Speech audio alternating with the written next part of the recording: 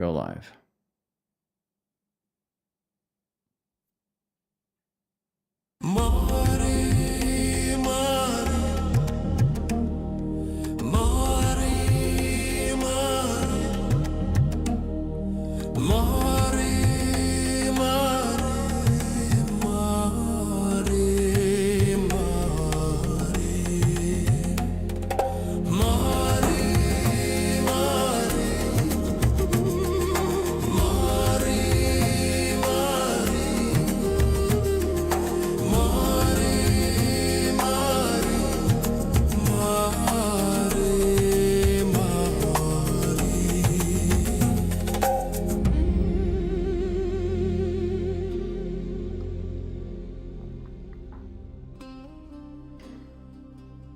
Hi there, Colin Davis, ShadowTechAlchemy.com, SolutioPodcast.com, MelissaMariMovie.com, and today is Tuesday, January 27th of 2026.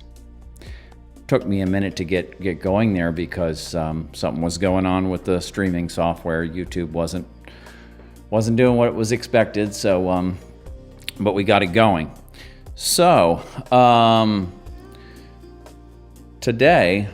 tonight, it just took me a while to figure this out, but I'm going to talk to you guys about some psychospiritual concepts that are rooted in Jungian psychology, also in the work of the cultural anthropologist and historian of religions, Mircea Eliade, Joseph Campbell, that kind of a thing.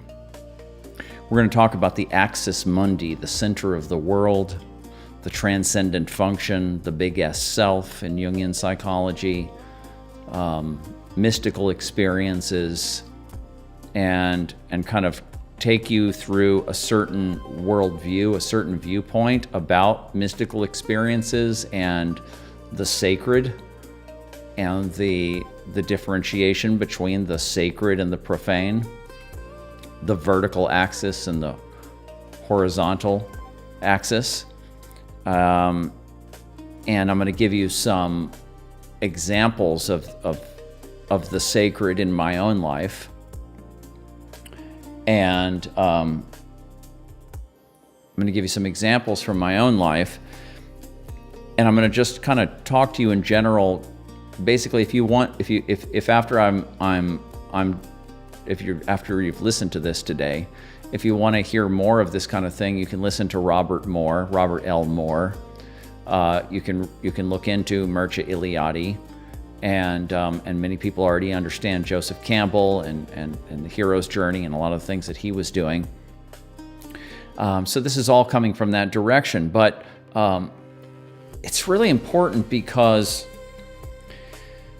we're in the postmodern world now, and the postmodern world is a spiritual flatland. So if you think about things in terms of two axes, like if you think of the Christian cross, you have the vertical axis and the horizontal axis. And then right there in the center, you have Jesus right in the center and the Sacred Heart right in the center. And so the idea is to be at the center, is to merge these two places. You have the mundane world, you have linear time, and being in the body, and being in the world, and everything that comes with just the lower consciousness world. And then you have the sacred, right? Then you have the spiritual, the transcendent, that which is beyond this world, that which informs this world and from which this world came and from which this world will return. And so you have these two axes, and our job is to be at the balance point. But the modern world, you know, the last age or era that you would say that is called the traditional world or the mythic world is bridged into the modern world through the Enlightenment, and then we had modernity and the Industrial Revolution, and now here we are. Now they call it post-modernity. And this is a world where everything is oriented towards progress, and everything is about more and advancement along the horizontal axis. So more technology, better technology, more money, more comforts, more access to things and places, and everything worldly. Everything worldly, you know, we increase in our abilities to manipulate the world and to get what we want on the earthly plane. And this whole age that we're in right now that the traditional or the mythic world is kind of, you know, there's still some of it left, and especially in other parts of the world. But in the West, it's really kind of, it's already crested, and then there's a revival going on right now, but I don't think that's really going to work. And I could talk about why I think that's not really going to work. But the mythic world is still in our consciousness. It's still right there. It's just yesterday, basically, in history.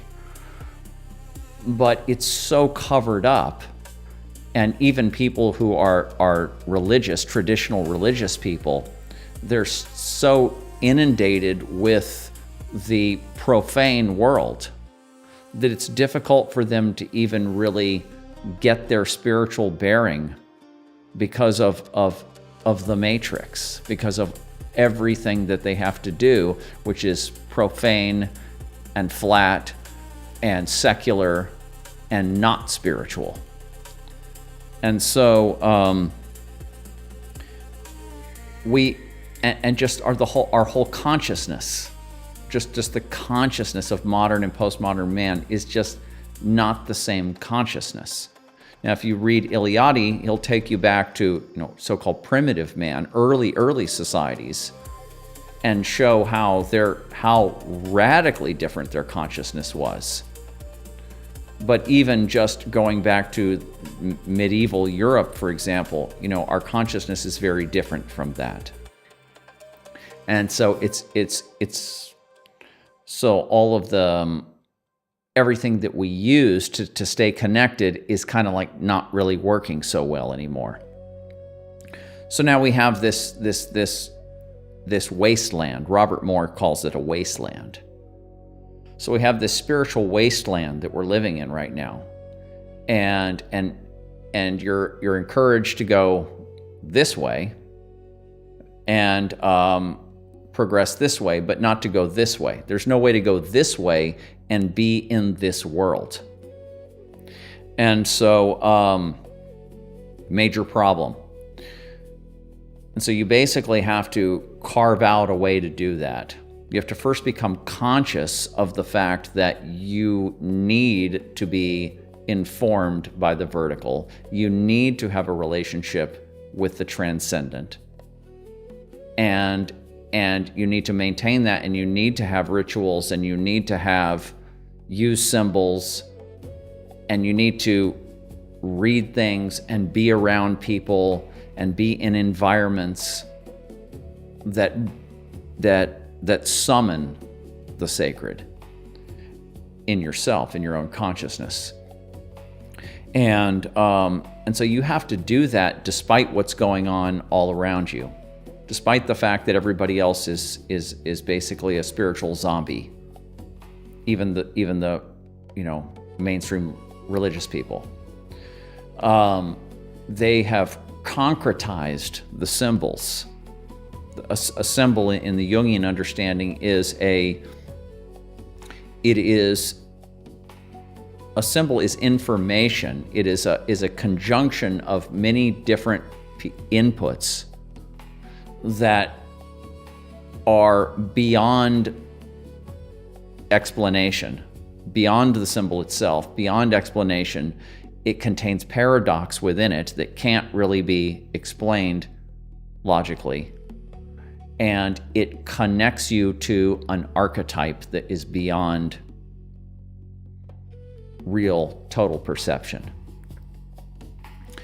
And they've taken symbols like whatever the Christian symbols are, like Christ on the cross, or any of the symbols, and they've taken them and they've concretized them down, and they've mistaken the words, mistaken the words and the how do I say this?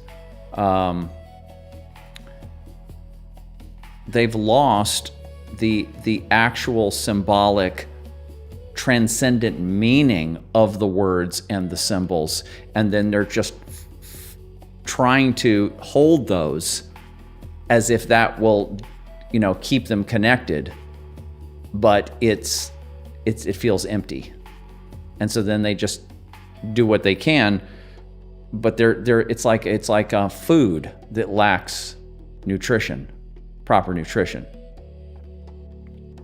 and I'm hoping that the stream is still going. Let me know if the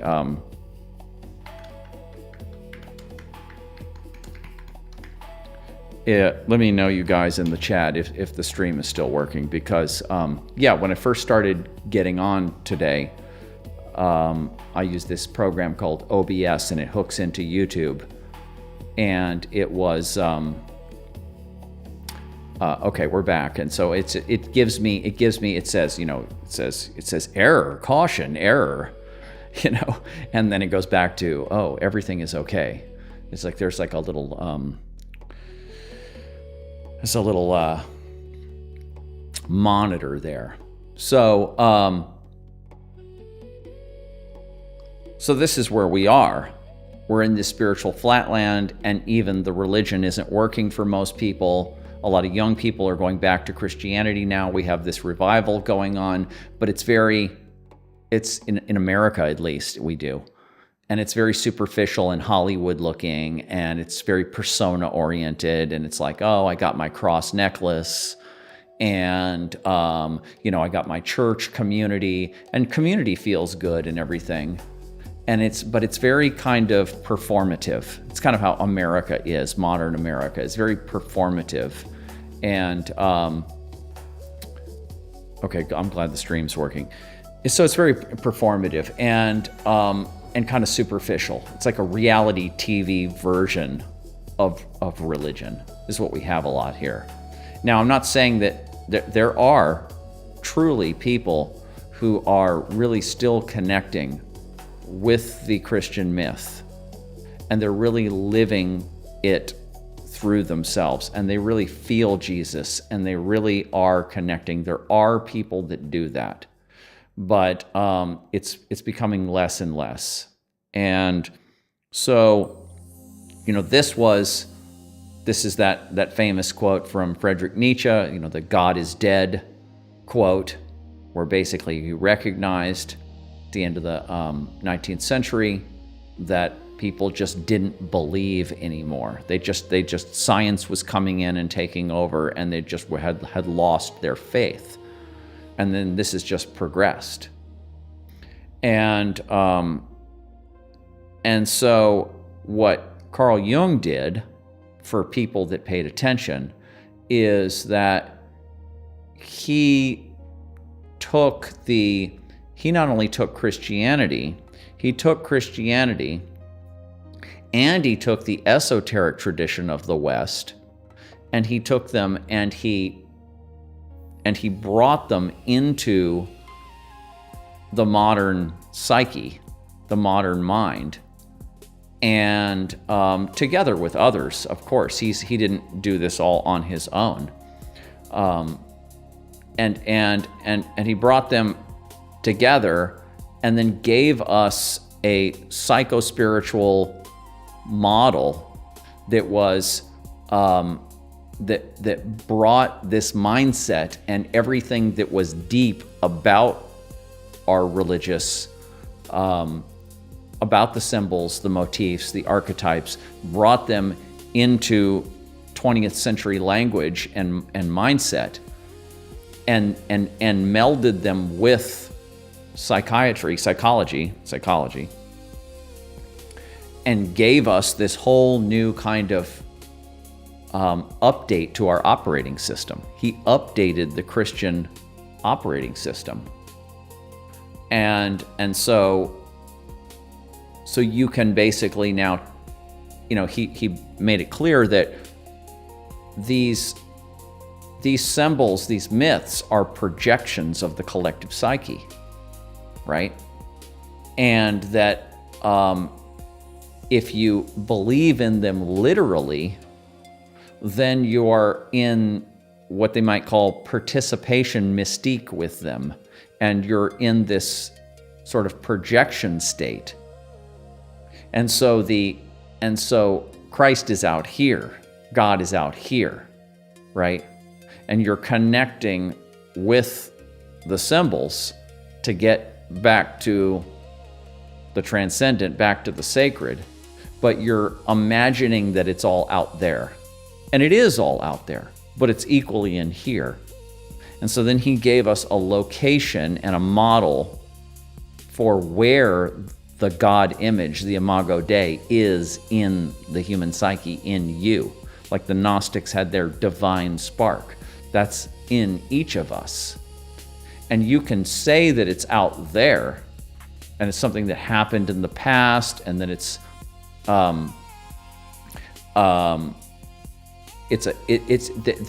nobody that's religious really fully understands or fathoms that what they're doing is projecting.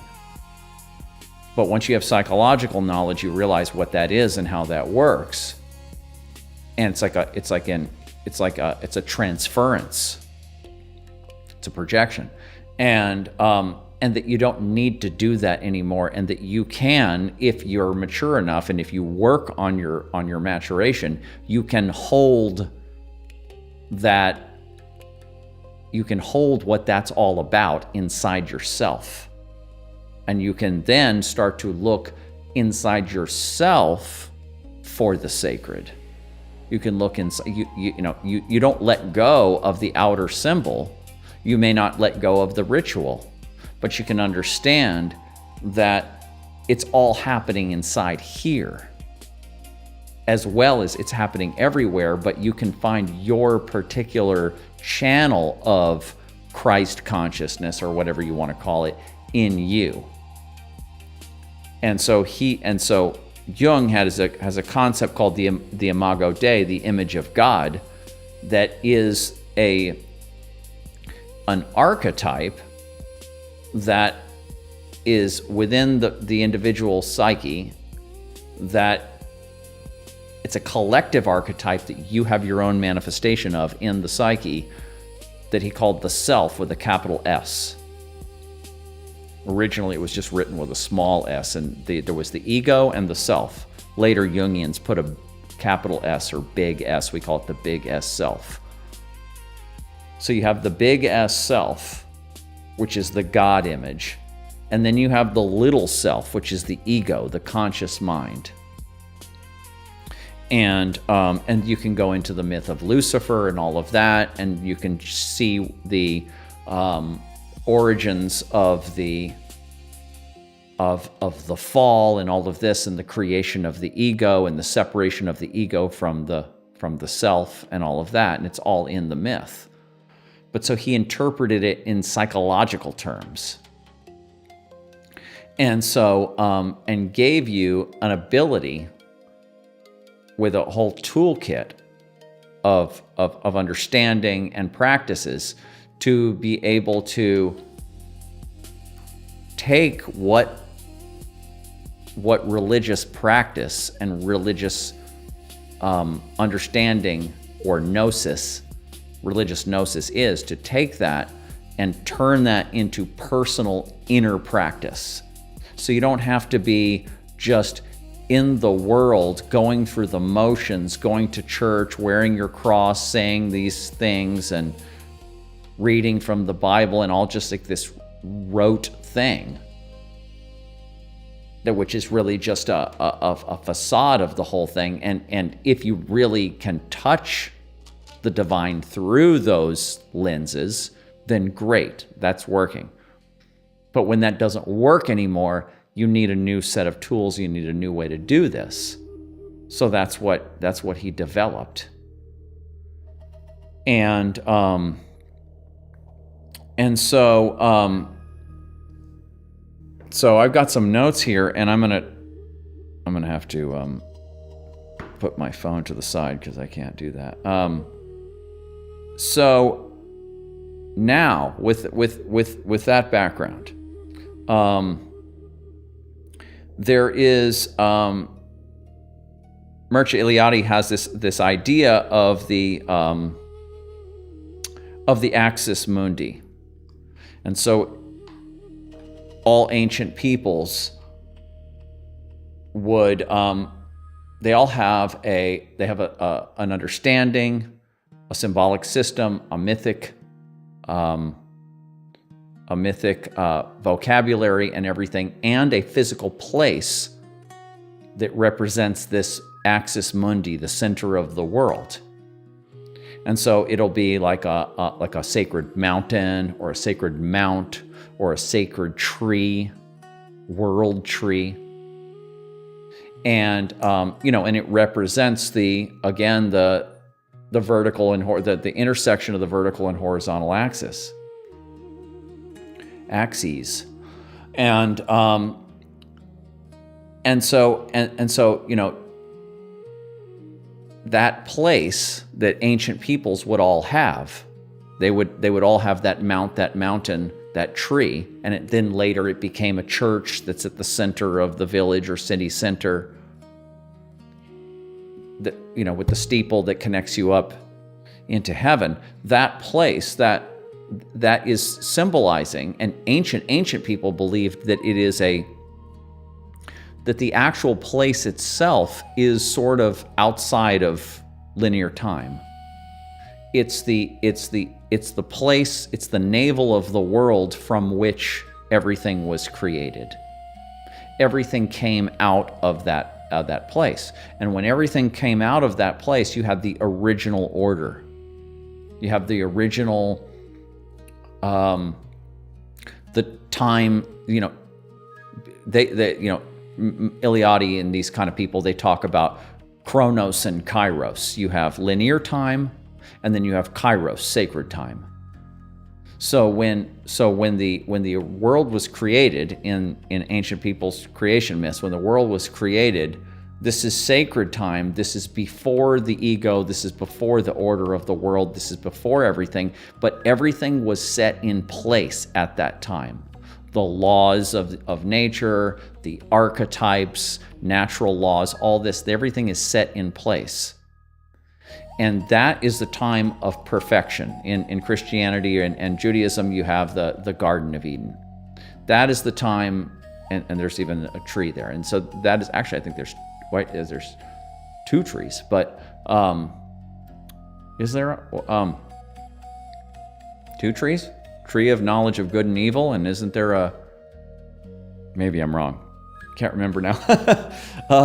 Shows you where my Christianity is. It's at a very basic level. And so no, there's just that's all there is. There's just a tree of good and evil. There's just one tree, correct? Yeah. So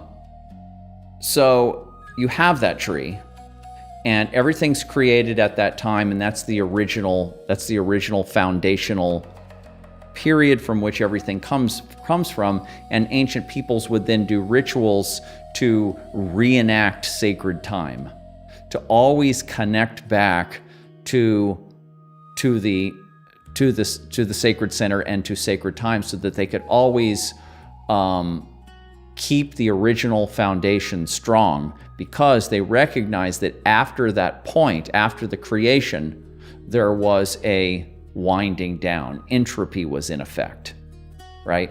And so there was a winding down, and everything now, the way the world is now, every people thinks this, the way the world is now is a dissolution. It's a lower consciousness version of the original time. So they use the rituals, the practices, the symbols, the initiations, everything to get you back to where we were, because that's where perfection lies. Well, we've completely lost that whole idea of doing that. And, Christians and other religious people, mythic people in mythic mindset, they're still doing the rituals, they're still doing that, but it increasingly doesn't work anymore, I think, like I was saying earlier. So now, if you take this now, so most people, their connection to the sacred is just a little bit at a time.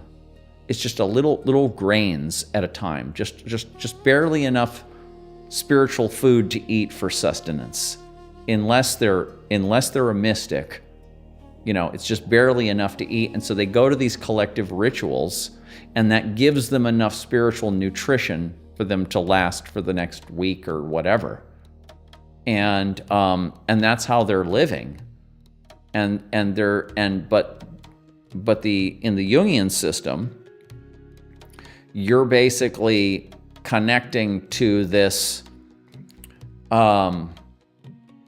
You're connecting to the axis mundi inside yourself, the big S self, and you're maintaining a connection with that, and you're allowing it to show you, the sacred to show you its symbols and its manifestations as it does. And you're always on the lookout for it, and you're looking for that, and you're making an environment, an internal and an external environment for yourself, to where you can have a hierophany, what they called, which is a breakthrough of the sacred into the profane world.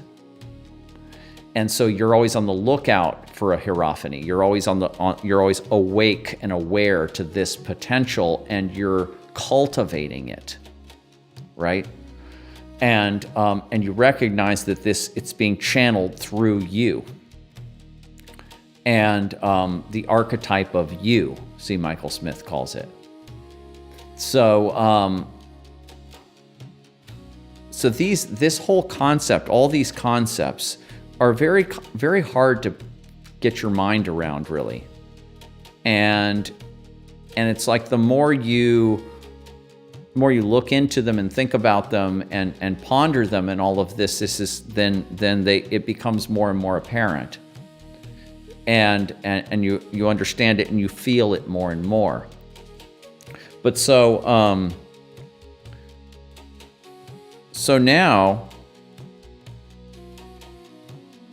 what I want to say is, I want to bring in now another Jungian concept called the transcendent function, which aligns right with this, in that the transcendent function is basically, it's the same thing as a hierophany. It's a breakthrough of the sacred into the material world, or into ego consciousness.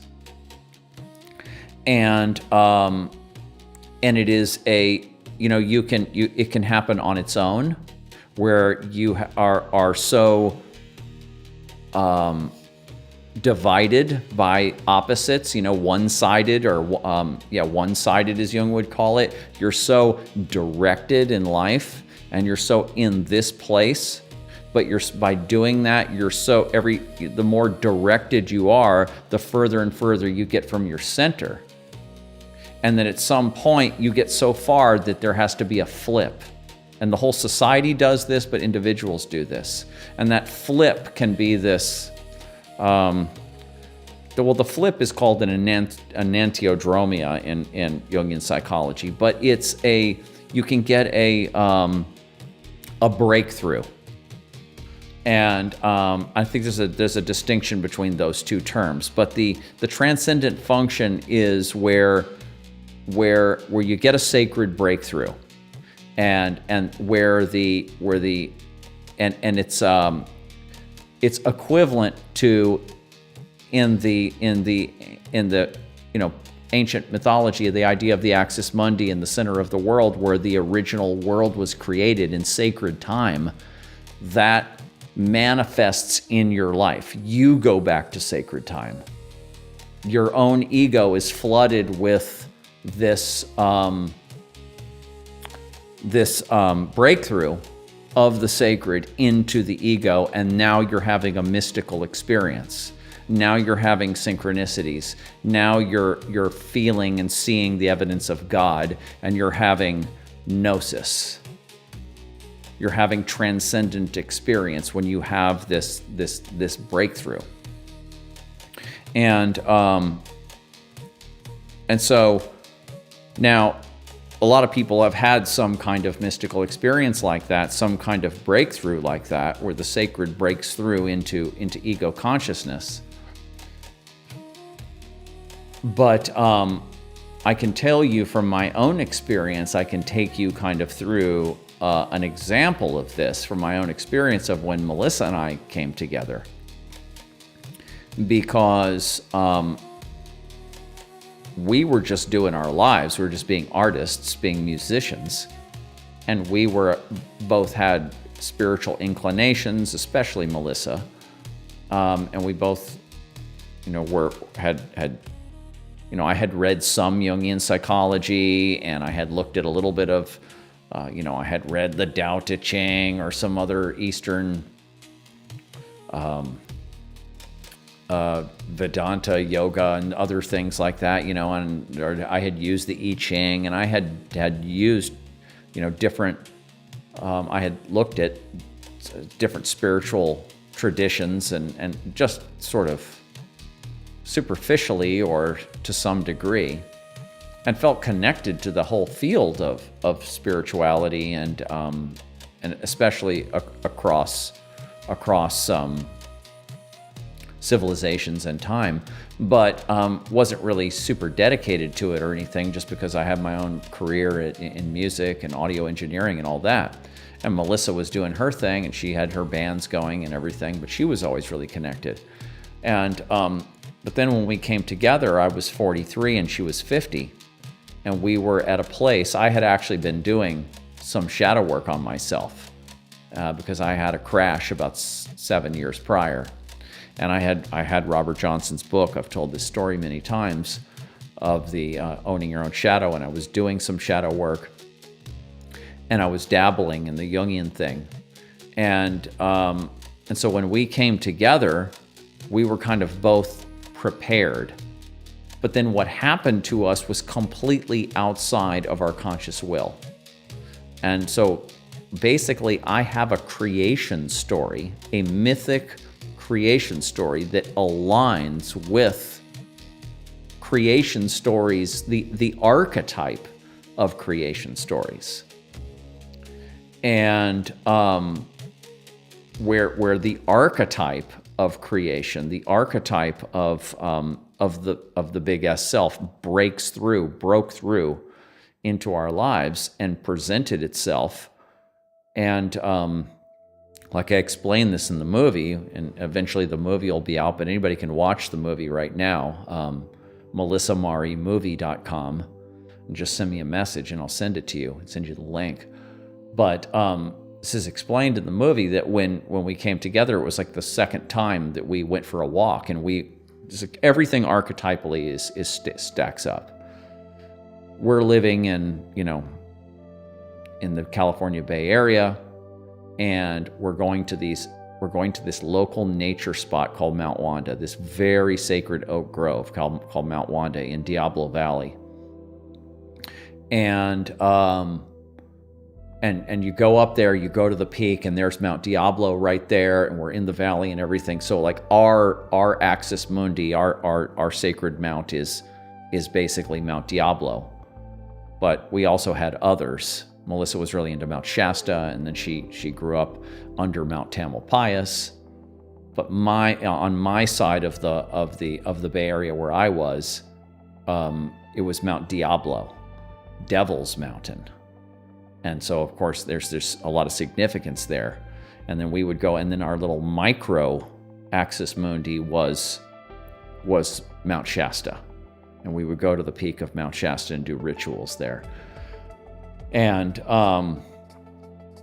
so we started going there, and after our second walk, we were parked in front of my studio, and we were having a conversation, and I touched her shoulder. And basically, the conversation is kind of important too. She was saying that she felt like she was opening up to me more. And I said to her, actually, on the contrary, I still feel a certain kind of blockage, or words to that effect, or I still feel something blocking it. And I touched her shoulder, her right shoulder. She was in the driver's seat. She was driving her car. I touched her right shoulder, and boom, she got a shock that came down from the top of her head and shot out through her feet. And and she had quite a number of experiences like that after that. And that was the thing that let her know, okay, something's going on here. We got something going on here. And there was some other stuff that happened too when she would drive across the bridge. Before we got together, there was some synchronicities, and there were some visions actually of a dragon. Like she had a, and that goes back to her relationship with Tom. There's a whole bunch of like synchronistic things that I'm not going to go into all of that right now, but there were signs.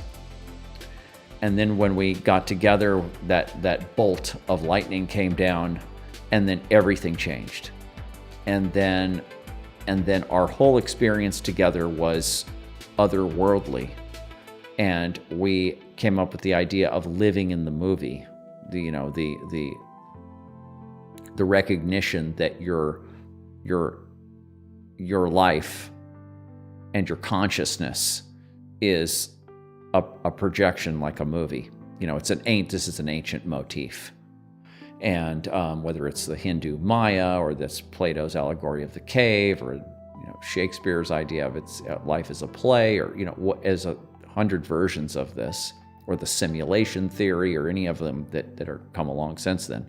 But our metaphor was the movie-like nature of reality. Reality manifests like a movie. And can you get involved in the projection of the movie? Who's the director? And then can you get involved with the director and have an influence on the movie that's playing through you? And this, we were basically living in, we were just like in that state, this kind of semi-loose, like lucid dream type state a lot. And we're living by synchronicities, and synchronicities are showing up all the time. And then we're going for walks on Mount Wanda, like every weekend, or other nature spots in the Bay Area, and we're just downloading. We're just downloading. We're just having these conversations. We're recording everything on tape, and we're just downloading, and then I'm translating it into notebooks. It's like Close Encounters of the Third Kind with Richard Dreyfuss, and he's like at the table, carving out Devil's Mountain out of mashed potatoes, and he's saying, this means something, this means something. He's trying to figure out, there's something coming through him. He's downloading, he's getting the transmission. And then that's an axis mundi itself. And so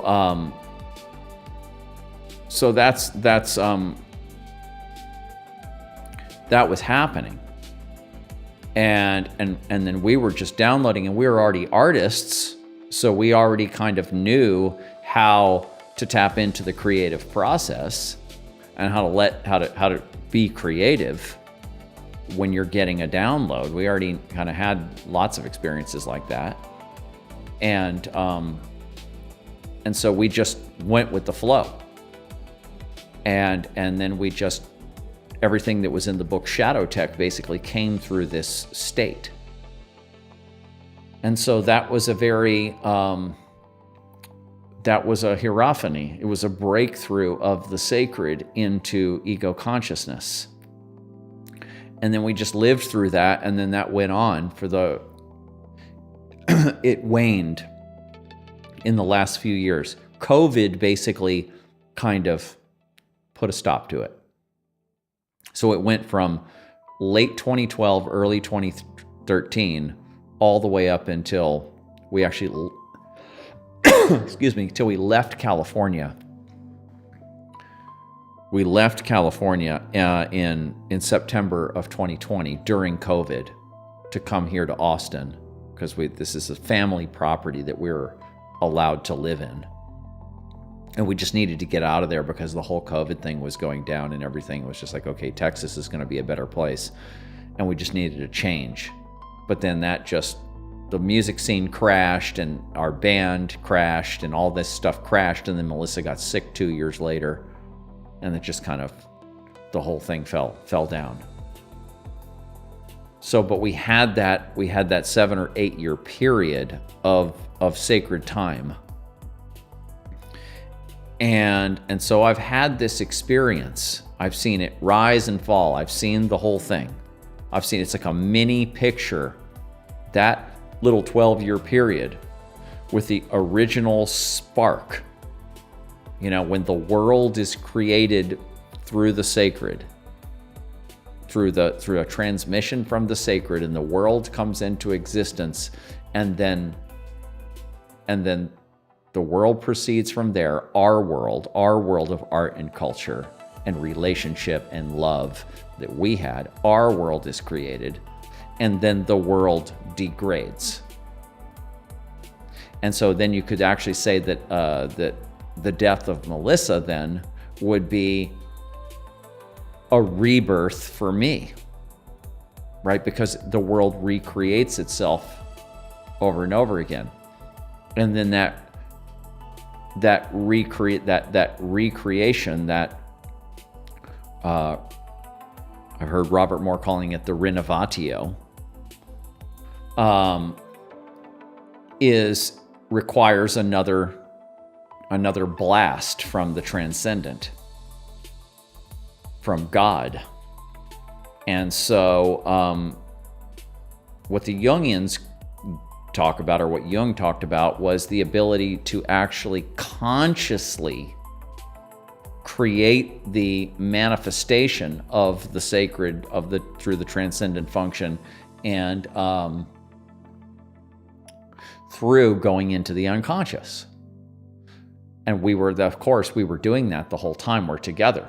We're not only just surfing the wave that's given to us, but we're actually going underwater and we're pulling stuff out the whole time. So we're constantly going into the unconscious, doing the shadow work, doing the deep investigative work, and constantly going, oh, more gold, more gold, more gold. But so now that Melissa's not here and that whole phase has come to the end of its cycle, and I'm still here. And it's like, I didn't need to still be here. I could have died with her. That would have been fine. And in a lot of ways, parts of me, wish that had happened. It would have been a lot easier. But that wasn't supposed to be. And it could have been that Melissa didn't physically die, but that she would have been restarted in another phase of life, which is what we thought it was going to happen. That's what we thought was going to happen. We thought this was a life stage transition. And so we were constantly sort of waiting for this thing to run its course, and so Melissa would snap into another phase of life. That's what we thought would happen. But what happened is I'm snapping into another phase of life. So the whole thing is I'm carrying forward the myth. I'm carrying forward the creation. So it's like the whole cosmos and the whole creation and destruction of the world and the whole archetype of that is contained in this 12-year, exactly 12 years too, almost to the day. Literally almost to the day. Could be exactly to the day, I don't know, but it almost, within a few days, an exact 12-year period of when we first took our first walk. And so that's, 12 is the symbol of the full cycle. So I had this experience of this archetypal spiritual experience that manifested itself in my reality with this woman that was the, she was my anima. She was my, she's the other side of me in the sacred wedding, whatever we call that. I can't remember. So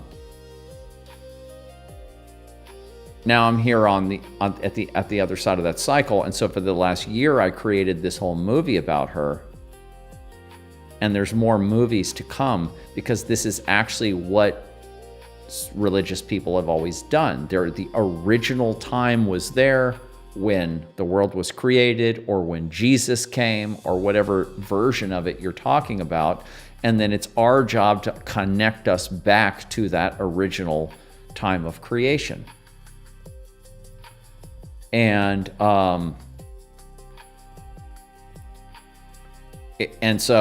that's what I do through creating movies or talking about it, writing books, whatever I'm going to end up doing, to constantly refer back to those original times, that creative time where the transcendent broke through. And then what was given to us is the stuff of my own private religion, right? So everything that came to us, everything we downloaded, all the concepts, the zero and the one, will and faith, the virus. I mean, we were way before COVID. We had this whole theory of the virus and subjective destructive agency and everything that's in the book and all of that, and all that stuff that came to us. That's like the stuff of this private spirituality. Now, anybody else can tap into this if they want to,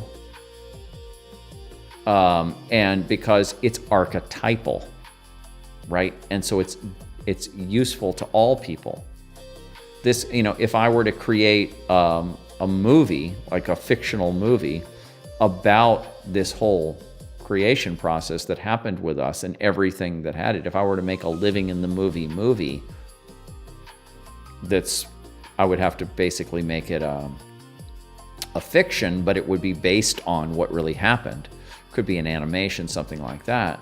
Then that would be something that could stand out here as a piece of culture, and then people could resonate with it because it's archetypal.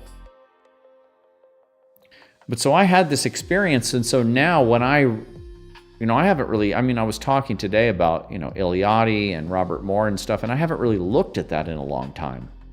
So I have to kind of go back to this. I just started looking at Robert Moore again just the other day, and it's just reminding me, because I was really looking at this stuff in 2016, 2017, that kind of time frame. I think I looked at Eliade, when like 2008, 2009, I think is when I was... no, actually, I remember what it was. It was actually 2011 when I read The Sacred and the Profane, because I remember where I was. So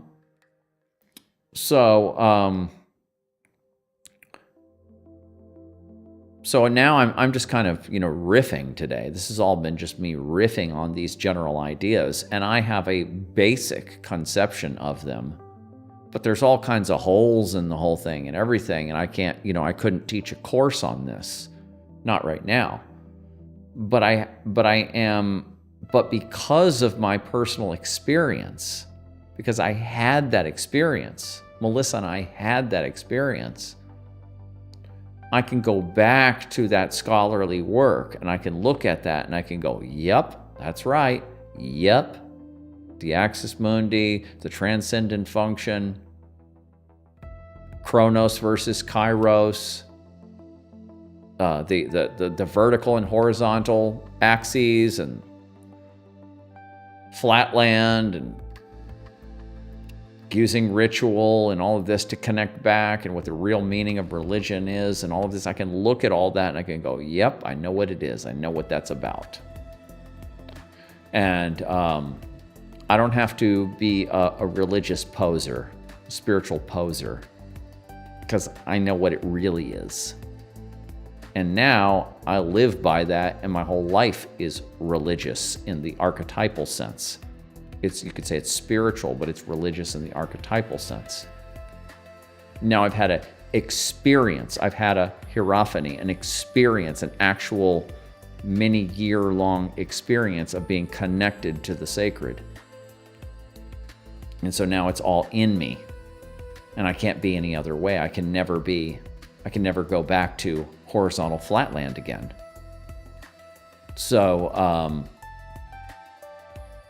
that's where I'm at. And then I look around and it's like, you can't make those occurrences happen. You can't make them happen. They just happen. Those breakthroughs just happen when you're ready. But what you can do, what Jung was talking about, what you can do is you can cultivate an environment, an internal environment for that to happen.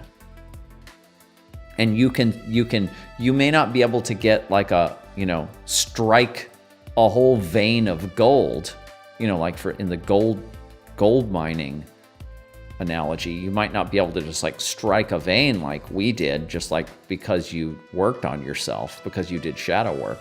But you certainly can pull out chunks of gold, and you can just collect those chunks. And so that works fine too. That works. That's good too. It's good to have had one or more of these kinds of experiences that you can kind of always fall back on. And lots of people have had some kind of smaller, shorter version of that through a psychedelic experience or just through some kind of channeling, some kind of download. And they can always go back to that. But you can live a lifestyle, and you can engage in inner practices, active imagination practices, shadow work practices, inner investigation practices, dream analysis practices, all these things. You can engage in all of this, pulling what's in the unconscious out, pulling down and pulling up. You can do that, and you can get pieces of gold, the philosopher's stone. You can create the stone and get it bigger and bigger and bigger and bigger, pile more and more and more on there. And so this is what the alchemist is doing. I'm always talking about the alchemist. What is an alchemist? Are you an alchemist? And all of that. This is what we're doing. This is what an actual Gnostic is doing. Small g Gnostic, not big G Gnostic. And this is what we're doing. This is what we're living for. This is what the gold that we're going for is not material gold. We don't care whatsoever about that. This is psycho-spiritual gold. This is spiritual numinosity. So that's what we're doing, and we can certainly, like I have right here, we are aware of kairos, special time, or sacred moments. We stay with the mystic even when the mundane threatens to drown us. We study synchronicities. We study our dreams. We go into nature. We make life art. We create spiritual containers and ritual. We read mystical philosophy, Carl Jung or whoever. We go with the flow. We balance will and faith, the two axes. And so what we're doing is what religious people have always done, but we're doing it with more self-responsibility and more consciousness. We're doing it with a lot more consciousness. We're not just unconsciously going through the rituals. We're doing it consciously. Now, I think I have to remind Sandra that I can't take messages on my phone. She's sending me tons of messages on my phone while I'm on the. I can't. I don't do that. You have to talk to me through the chat. So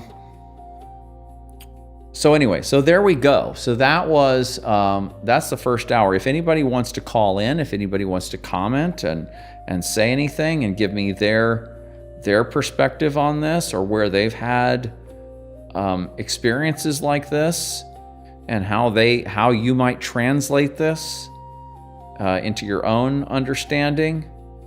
I got a massive amount of notes here, but I just went through that one thing that I thought was the axis mundi and everything that goes with that, the journey to the center of the axis for regeneration. And I got a whole lot of other stuff in here, but I just want to put that out there. If anybody is on the stream, and by the way, I just always have to say this. If you do want to call in, I know a lot of people just want to hang out and listen and just, get something out of it. But if you do want to call in, then the phone numbers are in the description, in the YouTube description. And so you just, there's two numbers, one for U.S. people in the United States and one for people outside of the United States. Outside of the United States is using WhatsApp. You just call me through WhatsApp, or what I'd like you to do is to text me, actually. Just send me a text at either of those two numbers. And then send me a text, and then I'll just call you back on my side. And so that's better than you trying to call first, because then I have to turn up the volume of the whole thing and all this. So I'll just text me, and then I'll text you. I'll call you right back. So yeah, the phone numbers are in the YouTube description, or they're at soluciopodcast.com. They're all right there. So anyone is free. This is kind of how I'm running the show now, is that in the second hour, which is now, I encourage anybody to call in and have a conversation, hang out for a few minutes, and we'll see where you're at. And we don't actually have to talk about this subject. You can talk about any of the things that we talk about here. Anything that has to do with inner work, with shadow work, with anything that has to do with doing alchemy on yourself and this whole perspective and this whole way of being. So it's all good to go. Or relationship alchemy or relational alchemy, or whatever we want to call this, where you're using the container of your relationship as an alchemical vessel for the for development and the expansion of your consciousness, for your own maturation and for purification, cleaning yourself out. And we're using relationship, and there's no better subject than that. That's the best subject ever to me. I mean, using relationship to evolve yourself, that's the best thing ever. You can't just do this stuff in relationship, but in relationship, you need certain tools. You need certain skills that you have to develop on your own. You have to have some practice doing this on your own. I mean, I guess technically as a couple, two people can get into this together and then just take the whole process together. I guess that's definitely possible now that I think about it. But generally, by the time you get into a relationship that is mature enough to be able to do this kind of work, you already have some practice behind you.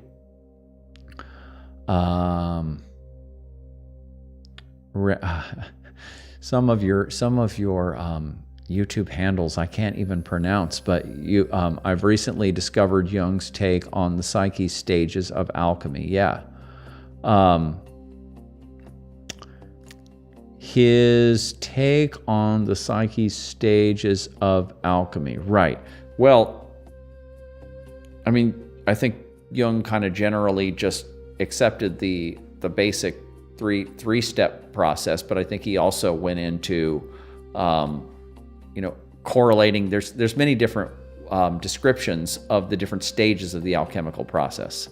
3-stage, 4-stage, 7, 9, whatever they are.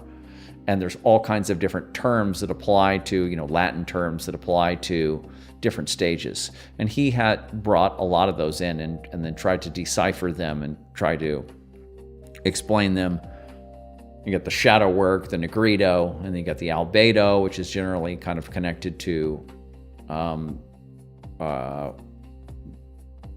the working with your anima and animus projections, and the rubedo, which is basically the integration of the opposites and the pulling apart of all these energies and the analysis of all this and it coming together.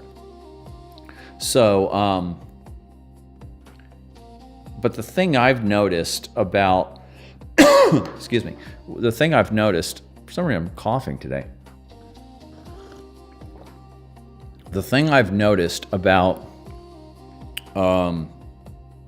trying to interpret the alchemical process exactly like according to some linear stage. First you're in the negrito, and then you go into the albedo, then you go into the rubedo, or you go into the sinitritas, and then you go into the rubedo, and blah blah blah, and all this is when Melissa and I were looking at that.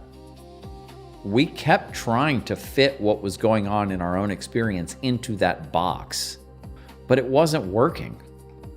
It was like generally these concepts do play out. These concepts are, these representations are accurate. We are finding that they are manifesting, but it's not in this linear process like that. It's like some of this and then some of that, and you get some of this and some of that, and it's just like it's a big stew. So I kind of dropped trying to fit everything into some pre-made structure like that. Although the general idea of what alchemy is about, of the purification of the psyche, the generation of the stone, the integration of opposites, the whole thing, the magnum opus, the whole idea of alchemy,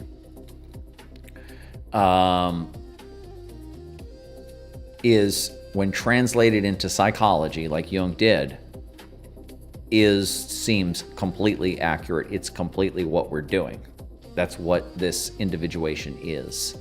It's definitely accurate, but it's difficult to kind of try to pin it down into exactly the way it's going to work out for you. That didn't seem to click with us, so we kind of had to drop that and just use it as a general overall archetype, but not take so seriously the actual individual stages and how the order of operations is going to unfold this way. And the reason why I say that is because you said stages of alchemy, and there are stages, but they don't seem to make perfect linear sense. But that was a great comment. Thank you. Yeah, you'll find. I think you'll find that if you keep with it, you'll see that. Thank you guys for commenting. It's helpful to me to answer your comments. I want to answer your comments. I want to talk to you about your comments because I want to take the conversation in the direction that you want to go, because I'm doing this for all of us, for me and for you. We're probably tiptoeing into quantum issues. Yes, of course, I think we are.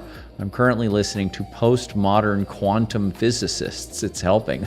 What's a postmodern quantum physicist? Wow.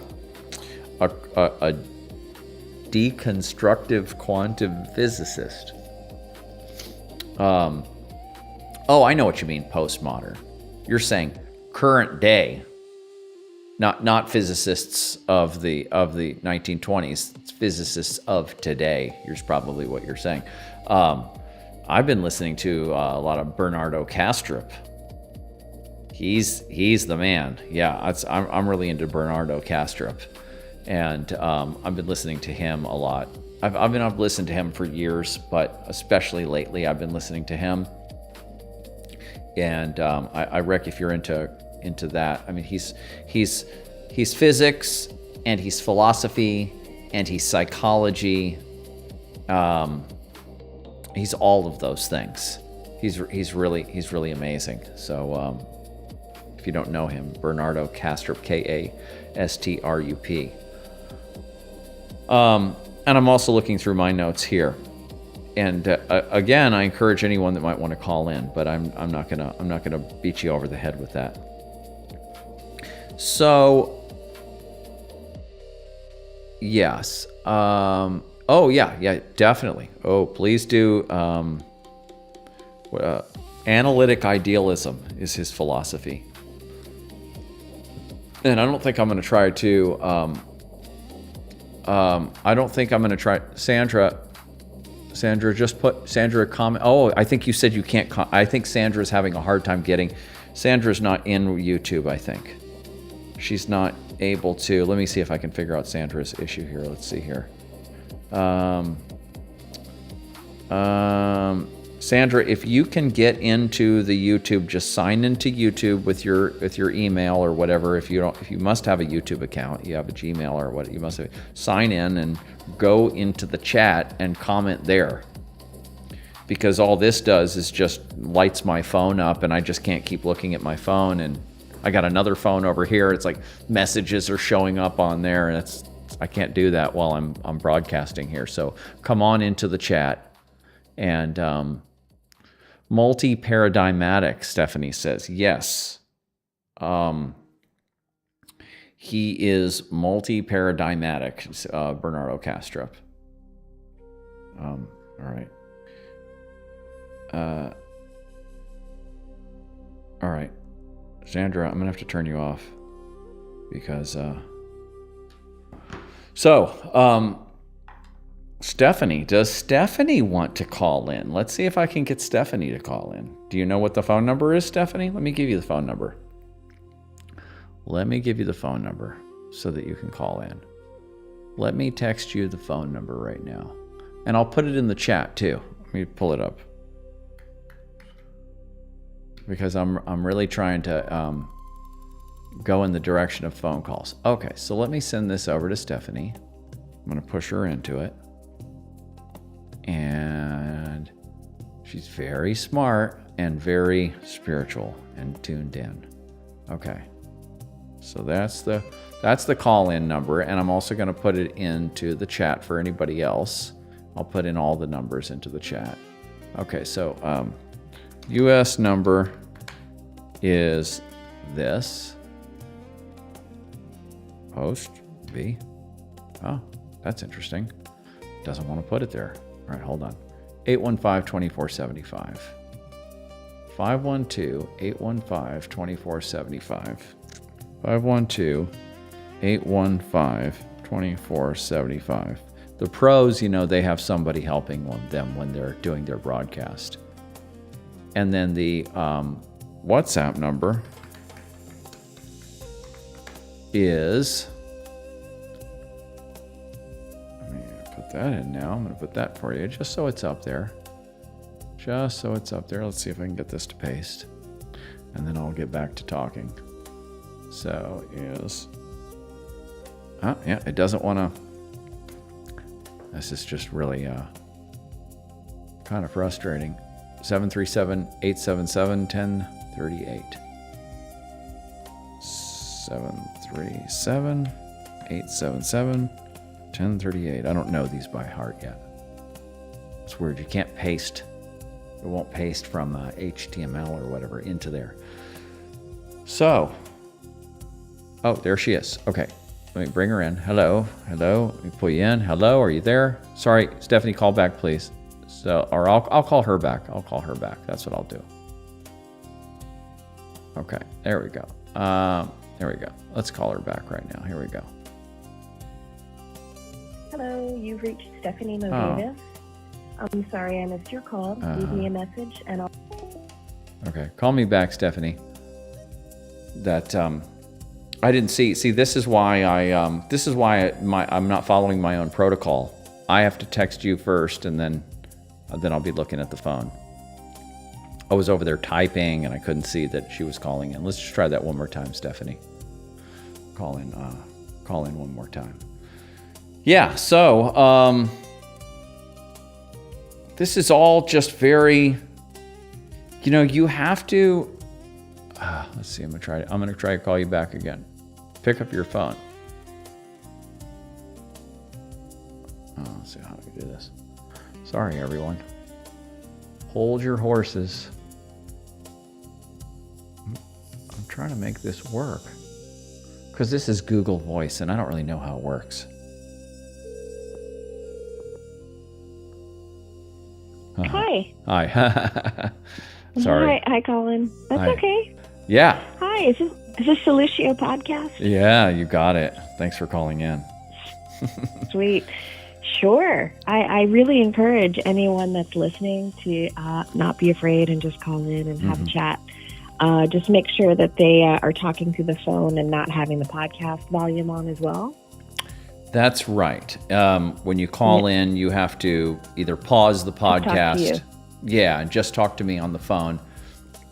It's another interesting thing I keep getting. It's really scary, actually. I get this a big yellow flashing thing on OBS that says, error, YouTube is not receiving your stream or whatever, but it's just not true. It is going through. And then it'll say that for a few minutes, and then it'll say, your connection is excellent. And anyway. Sounds like everyone's brain right now. Sending mixed messages. Yeah, when I tried to where as you're asking me where what. Okay. So what's going on? Not too much. What's on your mind? Listening to your story. Well, a lot is on my mind. Trying to have not so much on my mind, but I appreciate you doing this. And again, just encourage people to call in and chat because you're super easy to talk to. And it's really nice when people call in and you have those conversations. I think so too. The only downside is that if there's multiple people, I can't, I would just talk to one person for an hour if I could. Right. So I kind of have to figure out if there is, but that's why people just need to text and I'll see your text going here and I'll know if multiple people want to get in. If nobody, like right now, nobody else is trying to get in, so I could just sit here and talk to you for the whole time. But anyway, that's all studio talk stuff. I don't want to burden people with all that.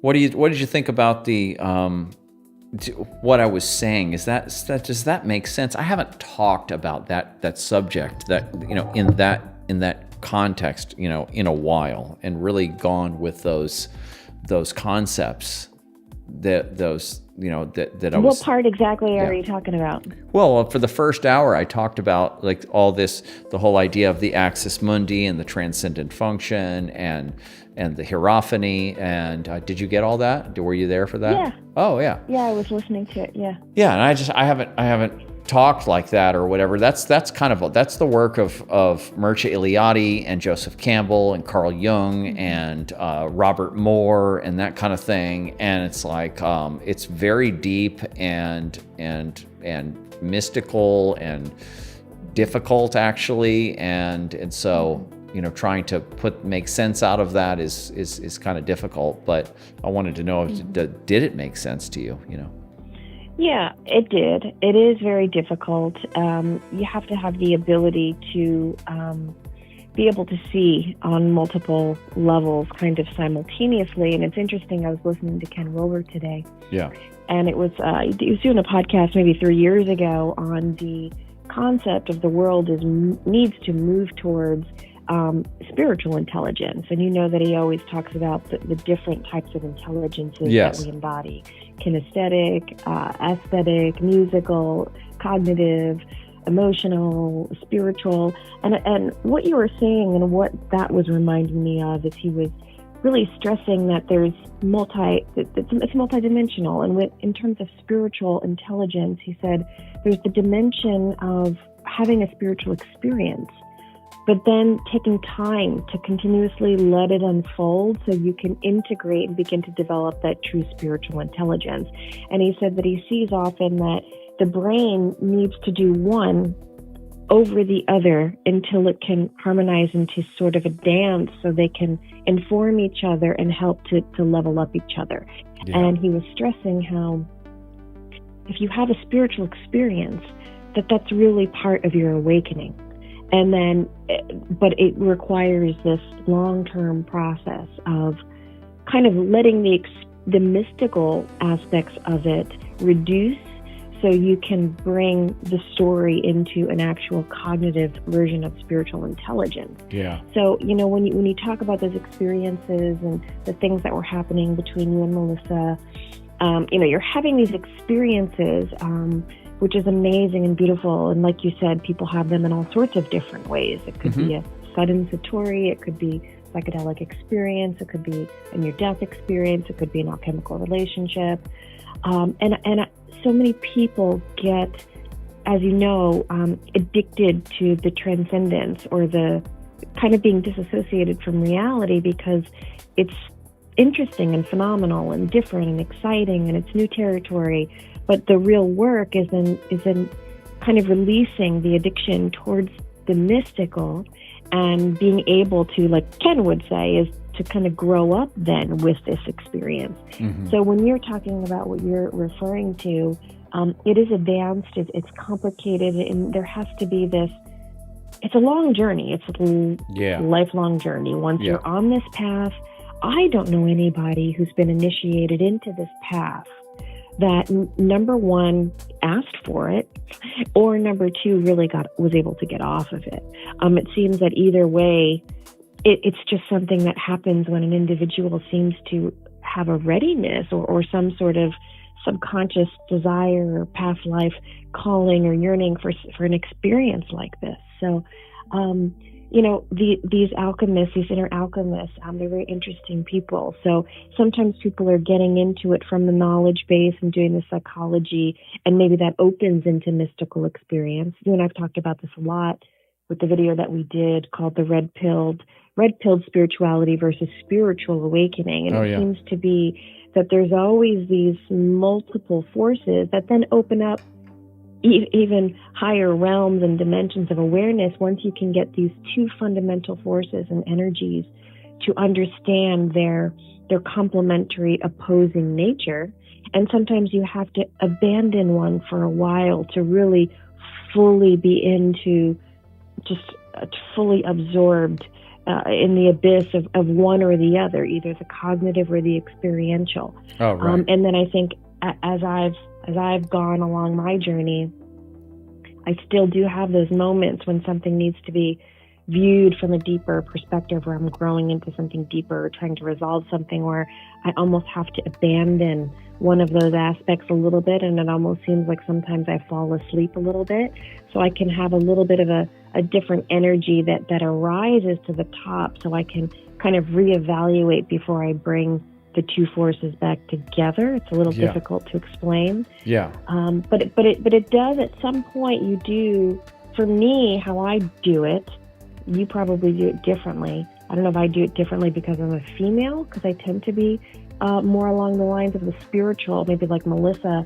But for me, I'm always kind of starting, it's Stephanie and it's the big S self, but in terms of this kind of alchemical work, I really use the work of Ian McGilchrist a lot, who talks about the divided mind and the aspects of the logical and the creative and the right brain. Right. So for me, I just have a creative story that's for me and me alone, where I call it my feminine and my masculine aspects. And I'm always trying to listen to what one is saying, or to be aware. Well, we went through this today, when one feels a little like he needs to dominate because he doesn't really trust the feminine aspect, and just having that awareness to do that, to kind of split my psyche and observe kind of two sides of it, and then be honest and be vulnerable. This is the thing.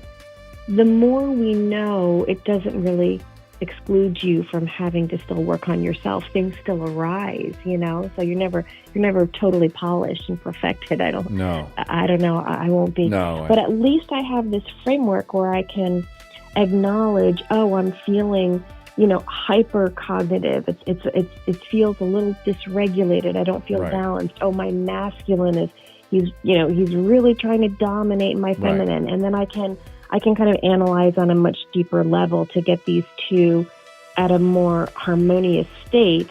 And then I feel when they're in harmony is when I can have greater realizations. But my point being is that my foundation is just the acknowledgement of these two massive energetic forces within me that want to have a good relationship, but sometimes they're diametrically opposed, and to just simply be aware and acknowledge in its vulnerability when one of them is somehow having a fear response, a lower nature response, and then to be that biggest observer and just kind of observe the feelings and allow myself to even, feel a little unconscious for a moment or fall asleep for a moment to allow it to come to the surface. But I loved everything that you were saying. I think I went off track a little bit. Well, that's the way I kind of deal with it. Well, your point there with just using the framework of the masculine and the feminine, because you can, when you get into any kind of psychospirituality, you have all these different models and parts and pieces, and some are more on the feminine side and some are more on the masculine side. The cognitive and the thinking and the doing is on the masculine side, and the feeling and the letting go is on the feminine side. And you have your own anima and your own animus, and you have all these kind of ways of breaking things into those two. But if you just maintain just or right brain, left brain, if you just maintain a basic understanding of the two opposites, the two polarities of masculine and feminine, and then just use that as your basic model to understand, okay, where's my masculine at, where's my feminine at, and then kind of just fill that in with whatever feelings, whatever intuitions, whatever dreams, whatever's showing up, and just kind of put everything into those kind of two containers. It's a simple way of diagnosing yourself and finding balance in yourself without having to have a real complex kind of spiritual system that you're going under. Yeah. No, I totally. That's what you do. You use that framework all the time. Yeah. So it's a useful framework because I'm able to then really get a good diagnosis of what's really going on within me. But then also I can utilize when the energy has calmed down a bit, I can actually use the divine energies of those two forces to soothe the other into a state of balance. Mm-hmm. And most people today, they may struggle with anxiety or depression or mental health struggles or whatever. And to just simply be able to have a tool, a framework where you can learn how to kind of identify and have self-soothing methods to bring you back into harmony is just very, very powerful nowadays. So let me let's talk about one of our, I don't know if that's Carlos or not or someone else, but can you elaborate on what you mean by spiritual intelligence? Yeah, I think the one guest that's listening, I can't see it right now because I don't have it pulled up onto my phone. I'm just talking to you. Mm-hmm. But your one guest that was talking about kind of bridging that gap between, I think you said postmodern quantum physicists. Uh-huh. I think this is the brain's way, the cognitive way of trying to make sense of the field or these dimensions that are considered in the spiritual realm, that just live in a different, slightly different realm than the psychological realm. So my story that I kind of came in maybe backwards from certain people. I kind of came into this work of Carl Jung and a lot of the alchemical work through my spiritual experience. It wasn't psychological at all in the beginning. It was my alchemical relationship that initiated me into the anima and animus, and I was experiencing it just like the spiritual experience / intelligence conversation. It was an experience before I knew about it. So I didn't really know anything about the Red Book or anima animus. I didn't know anything about that until way after I already was building my own framework of what was going on. Yeah. And then I started doing research. I was like, oh my gosh, this is This is what's going on here. Exactly. That's how Melissa and I were with the understanding of alchemy. We were like, we're doing it. And then we're like, oh, alchemy. Oh, wait a minute. That's what we're doing. Right. I think that's to me, it always felt like that's the authentic way to come into true spiritual or intelligence, Yeah. is to actually have the experience without any expectation or anything in your brain about it to try to sway the experience. Yeah. A lot of people, nowadays, in different fields or what have you, they're smart and they can easily hijack interesting topics, modalities, terminology. They hijack it, but they don't have any embodied experience with it whatsoever. And then it becomes a lost cause because they haven't painstakingly gone through what it takes to actually have the experience and then develop the intelligence around the experience. So to answer your question, spiritual intelligence to me is always, my spiritual intelligence is evolving, and I do still have spiritual experiences, but me growing up with my spiritual experiences is now more in the forefront of my life. Whereas, several, 10 years ago or so, I was having a lot of mystical experiences. And when you're having a lot of mystical experiences, because you're so disconnected from the three-dimensional world, from reality, you're very disassociated, and it's incredibly magical. I imagine it's like being on psychedelics. I've never been on psychedelics, but I imagine it's what it's like. And for some reason, you get confused that is some sort of gift from God, and you can start to want to chase the mystical experience. Yeah. And developing spiritual intelligence is the beginning of wisdom when you let go of that incredibly powerful experience of the mystical, and you give it back over to where it came from, instead of talking about how you've had mystical experiences or near-death experiences. Instead of letting that be your highest, you have to then give that highest back over to God, and then say, please help me to really understand, and how can I best utilize what I've learned from my experience, not just simply talking about my experience. So part of that intelligence is giving the magic back to where it came from. Yeah. So you can let the wisdom unfold within you, so you can share with other people. But the spiritual dimension is, I don't like to use the word higher because it presumes some sort of hierarchy, but I just see it as a higher or lighter or broader realm than the psychological, because it's really to really tune into the spiritual solely without it being psycho-spiritual. The left brain has to quiet down enough to allow the sacred to be more prominent. Right. And that's very hard when you have, very air-based thinker, cognitive, intelligent people, is they have a hard time like you letting the mind completely go to allow the spiritual to come in the first place. Right. Yeah. But I mean, you're talking about integration of your spiritual experience there, but also from Ken Wilber's understanding, spiritual intelligence is your capacity to be able to intuit these states and allow the spiritual, the transcendent, which is always speaking to you and it's always present, but to be able to pick it up, it's like having a sense. It's like a dog or an animal can hear, higher frequencies. A dog can hear higher frequencies.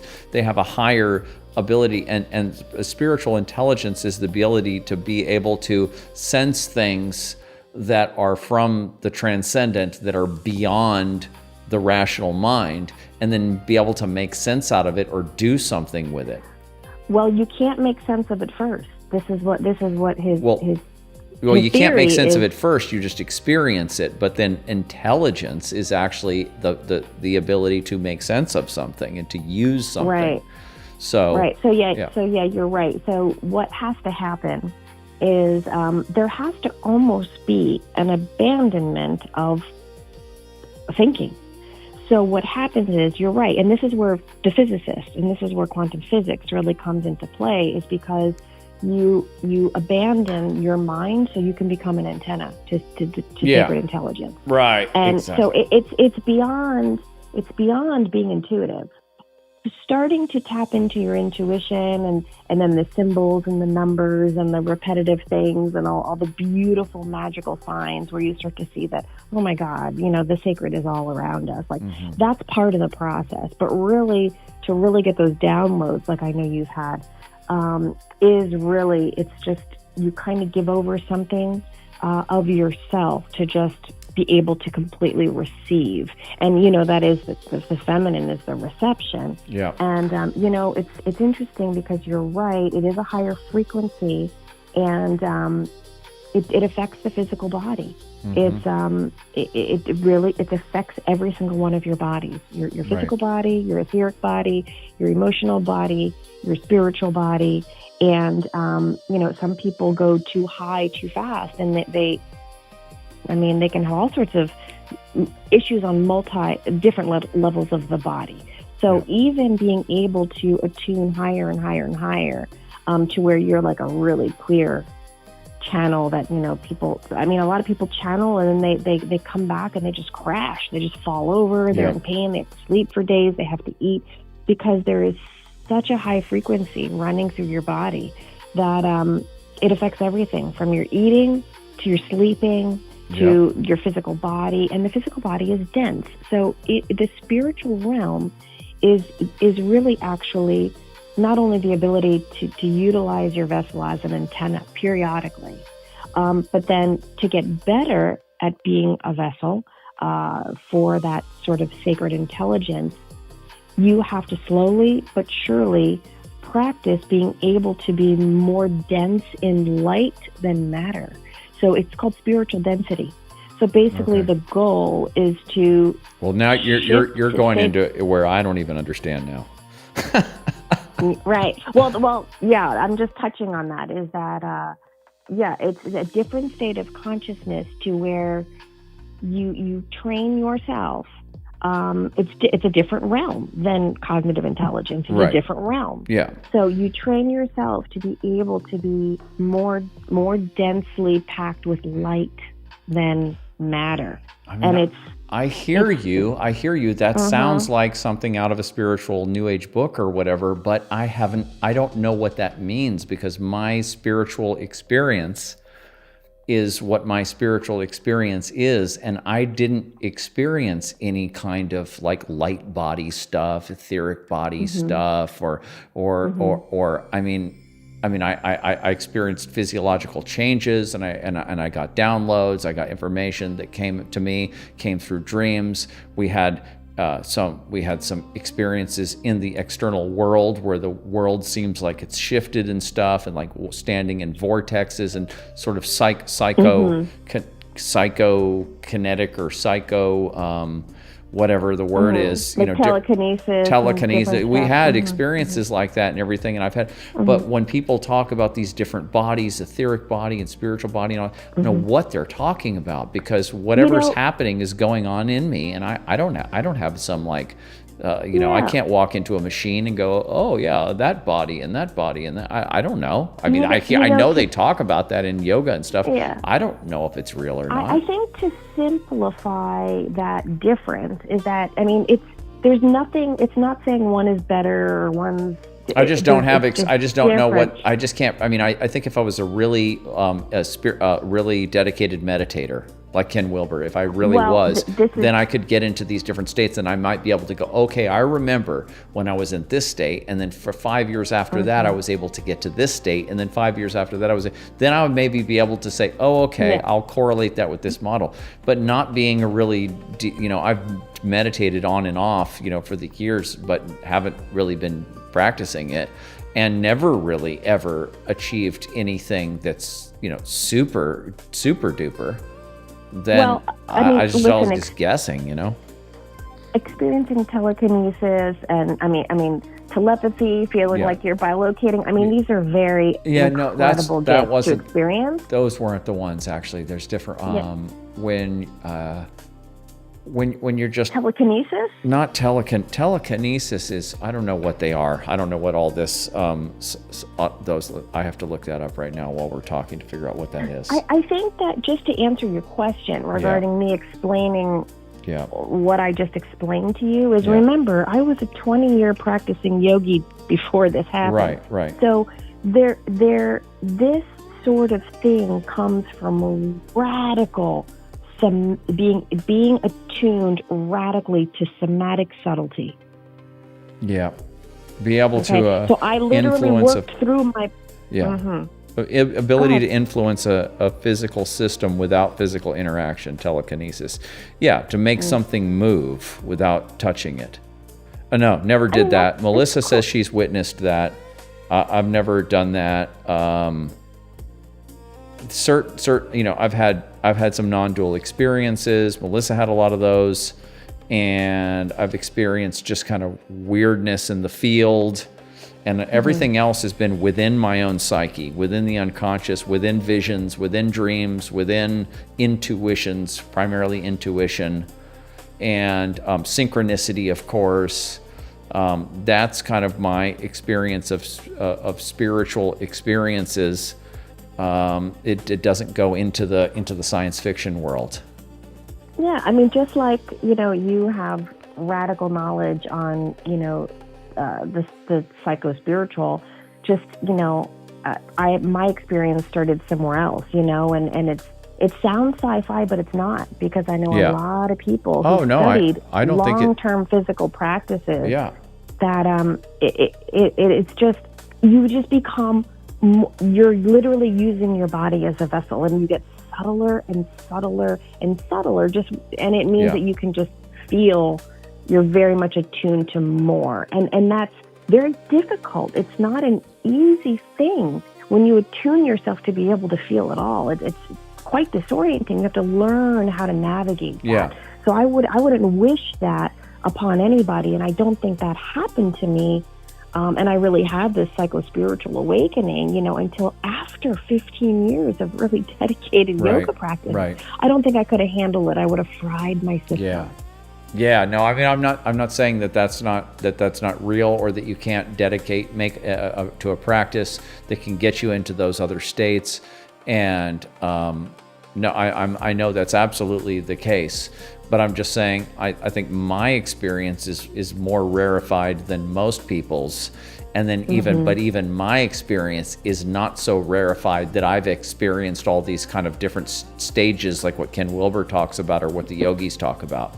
So it's like, to talk to other, and I don't even think, most Jungians and people who are probably way more dedicated into spirituality than the average person, even religious people, they're not experienced. You can have a, like you're saying, a satori state. You can have a state that just happens to you, but being able to develop these states and be able to have perception and spiritual sight and all that kind of stuff, to me, it's more just of an intuitive thing that I don't even know, can't even talk about how to develop it or anything. It's just, it's your life path. It's your life path. Yeah. Well, yeah. That's the thing. It's not just for play. People who do that kind of stuff. You know me, Colin. Like I live a pretty isolated life. I'm very serious about my work. I'm 24/7 on it. So it's part of my life path. And just like you, just like what you do is part of your life path. But what's really cool is that we can have this dialogue between people who've been deep in the spiritual community, deep in the Carl Jung and alchemy community, and in the physicist community. Yeah. And I think I would love to see more of these merging of fields, because we're all experiencing it just from a slightly different angle, and it's just so fascinating to learn from each other like this, and not just keep it boxed into one little paradigm of whatever. No, it's happening. That's what the. Okay, well, thank you for calling in. Sure. Yeah. Of course. Yeah, that was. I hope someone else calls in. Yeah, that was great. That was awesome. Okay. That's exactly what I wanted. Thank you. Okay. All right. Somebody else call in now. Okay. Yeah, exactly. Okay, bye. Okay, bye. Talk to you later. Yep. So anybody else wants to call in, this gentleman here. If you guys want me to use your real name, just let me know what your name is, and I'll call you by your name. You're talking about meditation and other practices. You haven't achieved anything really besides body relaxation and calmness. That's, in fact, the main meditation practice I use, which is called open focus meditation, is basically about relaxation and calmness. It's very, very powerful for relaxing your whole body. You started a somatic training program, very light, and do feel more relaxed and aware of your body, but nothing out of this world. Yeah, so that kind of a thing is more for relaxation. The only times you've had weird out of this world experiences have been on DMT, LSD, cannabis, but you wouldn't recommend it. Not because I think it's bad, but the repercussions on the body long term. Well, cannabis, regular use of cannabis could have some repercussions maybe. LSD, I don't know. Nobody can do too much LSD. I mean, I guess people have gone overboard. Real people who have addictive personalities have gone overboard with LSD, but it's not the kind of thing you could take too much of. DMT is totally safe. It doesn't mess with you whatsoever. In fact, I know one guy who's used 5-MeO DMT literally many hundreds of times. It doesn't affected him. I mean, we don't know long term, but people have been experimenting with DMT since the 50s, I think, 50s and 60s, and so no, I don't think DMT is going to hurt you. But yeah, if you use these substances on occasion, and psilocybin also doesn't hurt you. Most of the psychedelics don't hurt you, but they can definitely get you. They can definitely throw you for a loop, and people who are already kind of don't have a strong ego boundary can definitely move into psychosis. And if you have schizophrenia in the family, in your family line, any of these drugs, including cannabis, can mess with you real bad. And in any drugs really, or alcohol can, if you have schizophrenia in the family, you don't want to mess with any of that stuff. So it can be dangerous to some people, any of these substances. But I think people who are relatively healthy and relatively sane, and they can generally keep it together in life, they can use these substances, psychedelics, without too much problem. I don't think it's. I mean, I've done pretty much all the different psychedelics. I haven't done ayahuasca, but I've done the 2 different types of DMT, which is, the first one, NMDMT, is what's in ayahuasca. But and psilocybin and LSD and all at different times in my life, just a little bit here and there, just to go somewhere and see what I could download, see what I could get from it, just for educational purposes, not for. I've used cannabis plenty, just as an artist, just as a musician. I've used that plenty of times to get the creative process going, and it's very good for that. It's very good for getting your creative process going, and so lots of artists use it for that. But yeah, if you don't want to get addicted to any of this stuff. But okay, so all right, that was good, and that was good that Stephanie called in and gave us her input on. She's somebody that's had, a lot of very deep mystical spiritual experiences, and really her whole life is directed in that way. And so, yeah, I had a psychotic episode on LSD once. Was scared, however, I'm glad. Yeah, you had a bad trip, we call it. You're glad you had the experience, tried 2 or 3 more times, had a great time, but something told me I didn't need it anymore. So exactly. When you hear that you don't need it anymore, you just cut it out, you're done. You got what you needed. Yeah, you had a bad trip. And that happens to a lot of people. They'll do a psychedelic a number of times, and one out of those times they'll have a bad trip. Some kind of shadow material makes its way into the experience and throws you for a loop. A complex, you could say, gets involved. And so that was, that sucks when that happens. But, all right. So you guys, I think we had a good show today, and we're reaching the last, 10, 15 minutes of the show. So if there's anything else that anybody that's watching wants me to go into, and you can always, if you came in late and you want to go back and listen to the earlier part of the talk where I was talking about the transcendent function and the axis mundi, the center of the world, and the way in which these Jungians and cultural anthropologists thought about how ancient peoples thought about creativity and divine revelation and mysticism, and how that's incorporated into ritual and all of that and everything that I was talking about. If you want to go back and listen to that, you can.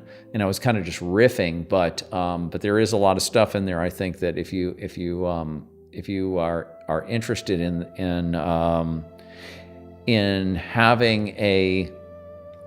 living a spiritual life where you're in touch with the mystical, and you're inviting it into your life, and you're living by synchronicities, and you're living, if you're living with a access to the vertical axis, I talked about the horizontal axis and the vertical axis. The horizontal is Chronos time, and it's the mundane world, and then this is Kairos time, and this is the spiritual, this is the transcendent dimension. And having that dimension come into your life and inform you, and paying attention to that's what I was talking about earlier in the program, the first hour of the program. And so if that's up your alley, then check that out.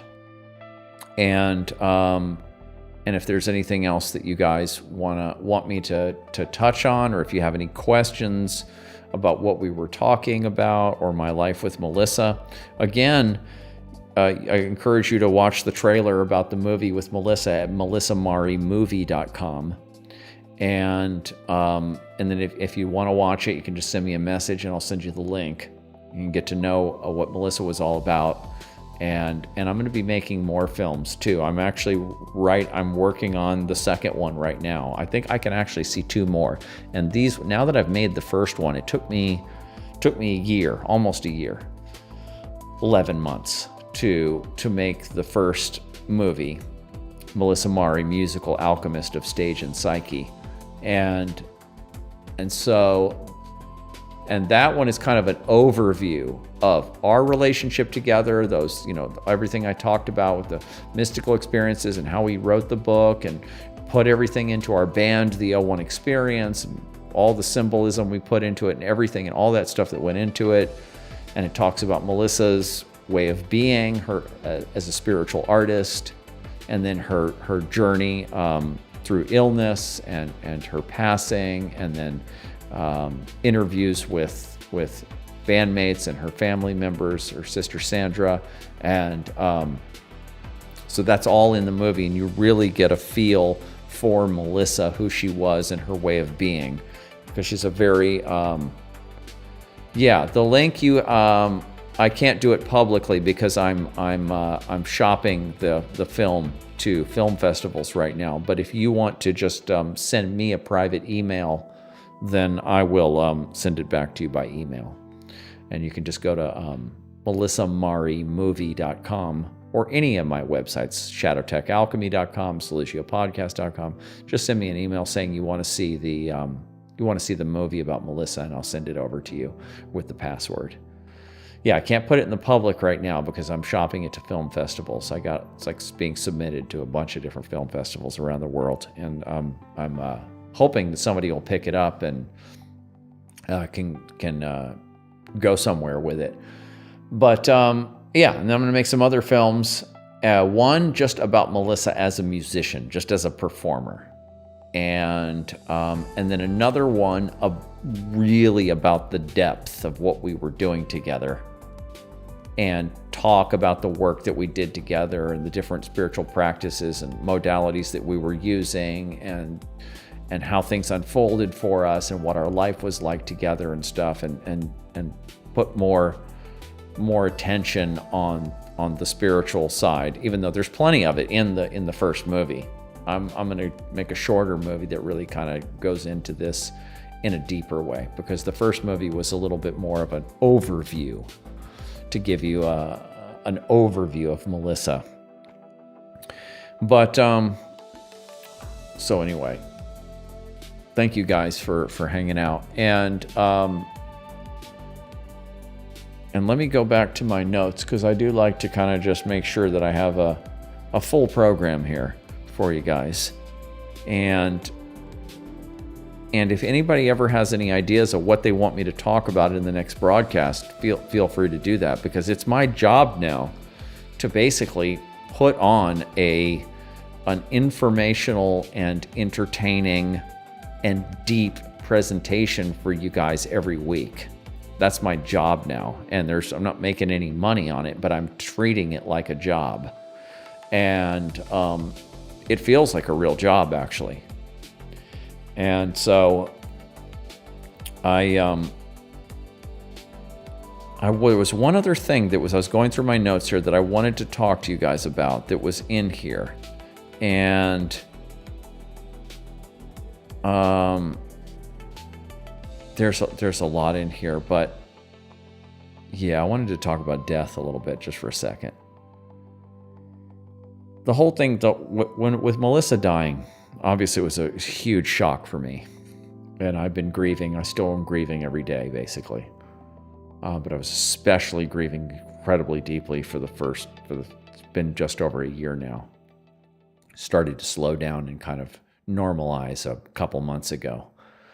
And, but the thing about death is that for Melissa, death was not a big deal. She wanted to stay alive. She didn't want to die. Her ego didn't want to die. But her actual passing was peaceful. And the actual process of death itself is just going to sleep. You just go to sleep. And then I think if you look at people who have had near-death experiences, and this is a big meme now, you could say. Thank you, Stephanie. This is a big meme, is people talking about their near-death experiences on YouTube or wherever. And we're getting just loaded up with testimony from people all over the world who are talking about their near-death experiences. And so we can see that there is something there is something, at least in the transition from this life to wherever the consciousness goes next, however that works. There are things that happen there, very common experiences that people have. And a lot of the things that are major motifs in the world's religions are obviously coming from near-death experiences. And so the idea that there's something after death, after the personal death, is kind of backed up now. And although we can't, say for sure, and it could be different for different people, and it could just be the transition period before you go into the void, and then we don't know if there's, or what the deal is. Bernardo Kastrup thinks that you just get all your knowledge and wisdom and experience and everything just gets absorbed into the big self, into the big God being, and is used by it into the future. So everything that you've done is part of the big project that we're all involved in. He doesn't know if your actual soul gets reincarnated or whatever, but there's some good evidence for that too. So, but the actual process of death itself is no big deal, especially if there are people that have had near-death experiences where they come back and they say, I was basically getting tortured in hell because I had done all these bad things in life, and I had to be shown all those things. I had to feel all the emotions of the things that I did to other people. There are people that have had those experiences. So that's kind of like hell. And but if you're living a productive and caring and loving life, and you're trying your best, there's nothing to fear about death. And so death itself is not a big deal. The big deal being in pain. Melissa was in pain for 2 years. Being in pain sucks. So the dying process can suck. But death itself is no big deal. And it's very important. It's very, very important on this path that you really allow yourself to come to terms with death and to accept death and to allow it to come into you, to your life, come into your experience as it does when it does. And not be trying to stop it or not be trying to slow it or being anxious about it. You really want to break it down and go into it and pull it apart and feel it and analyze it many, many times over and over and over again. Completely meditate upon death. Thanatopsis. Meditation upon death. And you really want to do that as much as you can until you get to the point where you're not, because people will just behave in all kinds of neurotic ways and do anything and spend thousands of dollars a month on health insurance and all this stuff and to postpone death, or people do crazy stuff. People spend millions of dollars trying to postpone death. And it's just stupid. It's just folly. It's just very, why you don't want to do that. What you want to do is you want to figure out what your purpose in this lifetime is. And that's what we're talking about earlier, about accessing the vertical, the transcendent, and allowing that to speak to you and following those promptings and following those, what the big S self is steering you towards, whatever it is. And living an incredibly spiritual and meaningful life while you're here, and being as creative as you can be, living out your creativity, and be like, the most important things in life to me are being creative, connecting to the divine in whatever way you can, and loving other people and being loved by other people. And if you're doing those things, and then that's what you're here to do. And then whatever happens, that's your life art, that's your life story. And that's the movie of your life that you made. Make a great movie. Just make a great movie of your own life. That's it. You can even make a movie if you want to about your movie of life, or whatever. You can make art out of your life art, if you want to. But just make a movie, a great movie that you call your life, and then let that movie let it end when it ends. And so that, I think, is another thing that was a really big, because once Melissa passed, I really recognized that, first of all, Melissa was a huge, a constant way for me to connect to the divine, and connecting through her and through the relationship. And then when she was gone, then I had to pull that back into myself.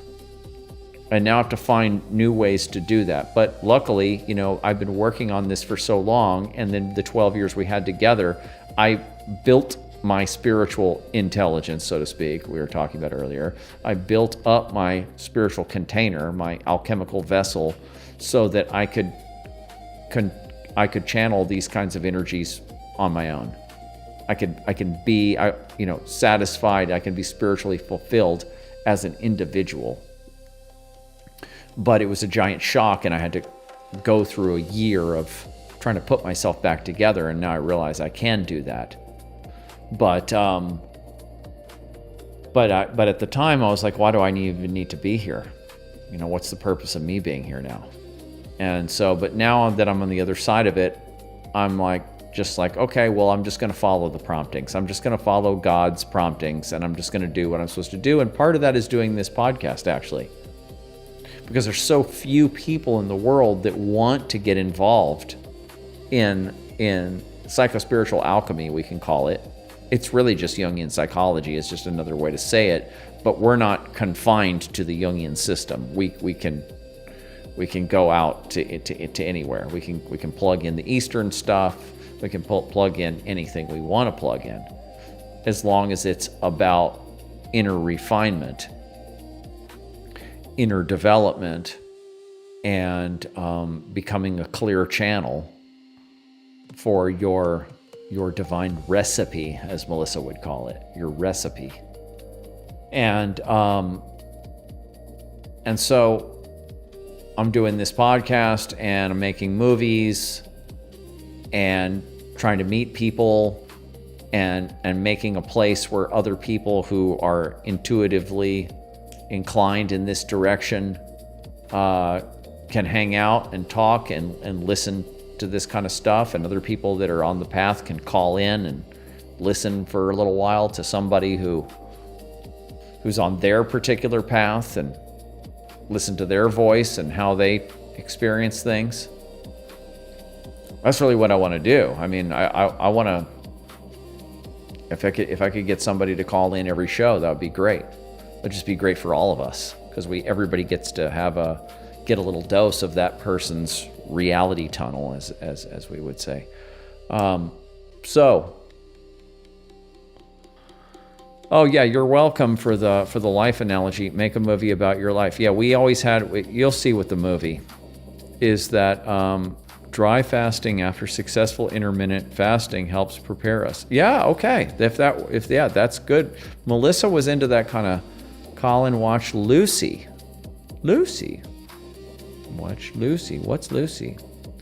Tell me more about Lucy. Melissa was really into the fasting and the cleanses and all that stuff, and she had tried all that kind of stuff. I have done some fasting, I think, years ago. Oh, Lucy's a great movie. All right, I'll have to look that up. Tell me what that's about. There's probably a lot of movies called Lucy, aren't there? Or is it about the chimpanzee? Is that what we're talking about? Let me see here. Let me plug this in.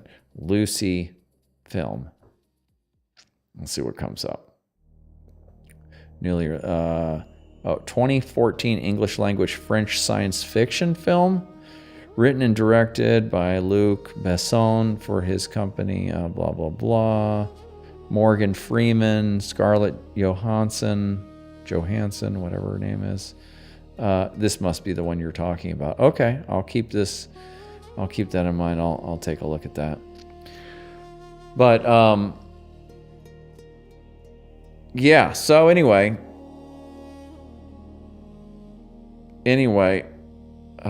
synthetic drug. Okay. I can't look at it now. I'll look at that. All right, guys. I think I've. The movie of life. Last thing I want to say on that. This came to us. This is in the movie. You'll see. And yeah. Okay, that's the right film. Thank you. Living in the movie. It's in the film. We talk a lot about living in the movie. This is about the malleable nature of reality. Back to the idea of spiritual experiences and stuff. This is kind of another one of those spiritual experiences that we had, and it's just that it's that real gnosis that everything that is going on right now is a projection. This is a movie. Your life's a movie. It's a play. It's a movie. It's a simulation, however you want to put it. And there's a storyline going on, and there's influence coming into that's moving you from beyond, and that you're being taken for a ride. And that if you just watch the movie, like most people are just watching the movie, and they're just stuck to the screen, just watching it, letting it unfold. That's their life. But the director of the movie of life realizes that the screen isn't the source. What you're seeing isn't the source. There's something beyond it. There's a projector, there's a beam of light, there's a whole script, and there's a film, and there's all this stuff that goes into it. And the director of the movie of life is the person who wants to get into the movie making process, get into the film, into the script, and try to unwind it and understand it. And what is this script that's running me? And then try to get involved in the process and become conscious, wake up in the movie, develop the watcher, that higher awareness. And there's different states of higher awareness. And, most people have some level of awareness that, okay, I'm talking, this is what my voice sounds like, and just awareness of yourself. But you can get to a state of a very kind of transcendental awareness, almost psychedelic kind of awareness, where you recognize this is a movie. And when you get that, and then you can kind of keep tuning back into that, then you can experiment with it. Then you can start to improvise in the movie, and you can become a director of the movie of life, or at least you can work in that direction. You may not be able to become a director or even a co-director, but you can at least work on that process. It's another way of saying being an alchemist. And then Melissa and I, we recognized that we were in this movie, and that I made a movie about our lives, and we didn't realize what it was going to be. We didn't realize that her death was going to be part of the movie. That was not shown to us. And that was shocking. And, but we did realize when like I talked about earlier, that this whole kind of numinous kind of experience was happening to us. And we did realize that what was happening to us was rare and important. And so we started filming ourselves. And when I just constantly recorded audio and video, especially of Melissa, and all our conversations are just constantly filming. So just massive amounts of footage. And we realized that we were eventually going to make a movie about what was happening to us. And so we had a phrase. We said, life is like a movie. And in our movie, we're making a movie about directing the movie of life. And so that was in there. And that's kind of the way we were operating. And then Melissa had this term of life art that was kind of a correlate to that. I think she already had life art before we came up with that phrase. And it's just making art out of your life. Because Melissa was the essential artist, the archetypal artist. Everything was art to her. And so living an artistic life, making art out of your life. This is what the alchemist does. This is what the spiritual alchemist is doing. And so that's what we're doing here. Tufti the Priestess, live stroll through a movie by Vadim Zeland. Vadim Zeland wrote a book called Reality Transurfend. I don't know what that is. Have listened to the book a couple of times. However, just remember about this book he wrote. Never finished it, but okay, I'll look it up. Okay, let me put it in right now before I forget it. Tufti the Priestess. Okay. So I think we're at the end, guys. Tufti the Priestess. And a life stroll through a movie. Oh, good. Thank you. Okay, great. Oh, interesting. Oh, whoa, what is this? Okay, let's see what this is. Okay, good. Meet the New World sensation. The two. I'm gonna look at this. This looks a life stroll through a movie. Interesting. Well, you've got the Matrix, and you've got the what was that Jim Carrey one? Where he's in some kind of a directed, scripted, fake reality. What's that one? That movie called again? I can't remember.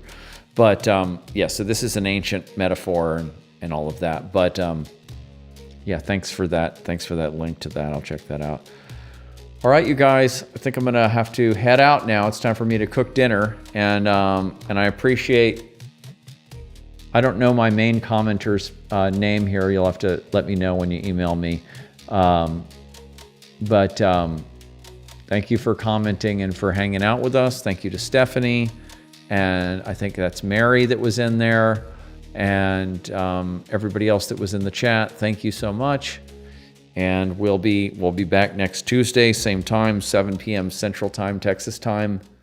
And if things pick up, which, I mean, I'm going to keep doing this, so I think they will, I'll eventually, I started doing a Saturday broadcast, but I think I'm going to bring it back on Sundays, because I think Sundays are a better day for people to access this, because people are out doing things on Saturday or Saturday. I was going to do it for people in Europe, because then they could get into if I do it at a time that works for them, because this time zone doesn't work for Europeans. Works for other territories, but not Europeans.